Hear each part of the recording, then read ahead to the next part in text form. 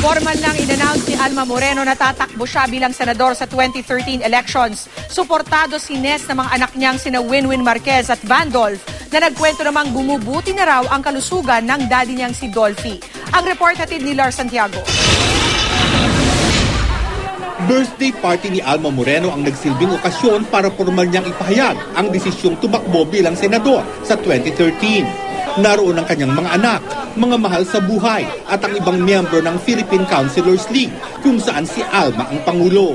Nakapagdesisyon na po ako, pinag-isipan mabuti, pinag-aralan ko na ako na po ay tutuloy na po sa pagtakbo ng bilang senator. Matagal daw ipinagdasal ito ni Alma at ngayon ay nag-enroll naman siya sa University of Makati sa kursong Political Science bilang paghahanda. Ang mga anak ni Alma na sina Vandolph at Winwin Marquez nagpahayag ng suporta sa kanilang ina. Sabi ko, ma, ako wala ka maging problema sa akin dahil good boy na ako. Tsaka may pamilya na ako, sabi ko. Saka ako all out kami support sa'yo. 100% full support sa mom ko. Siyempre, mommy ko yan eh. So, whatever she decides, nandun lang kami to back her up. Sabi pa ni Vandolph, sasabihin niya sa kanyang amang si Dolphy ang plano ni Alma at tiyak daw na matutuwa ang Comedy King. Kwento ni Vandolph, maganda ang lagay ngayon ni Dolphy.